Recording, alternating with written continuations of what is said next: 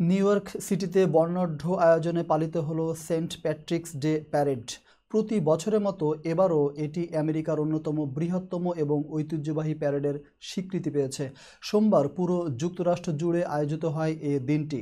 বিশেষ করে new York সিটিতে আয়োজিত প্যারেডটি সবকিছুকে ছাড়িয়ে গিয়েছে।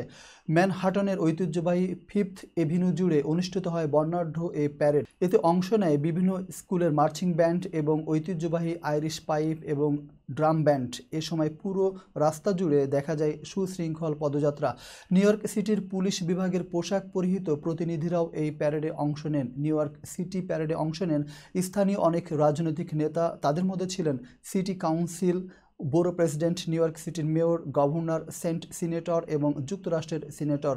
বিশাল এই আয়োজন দেখতে রাস্তায় দুপাশে দাঁড়িয়েছিল হাজারো মানুষ।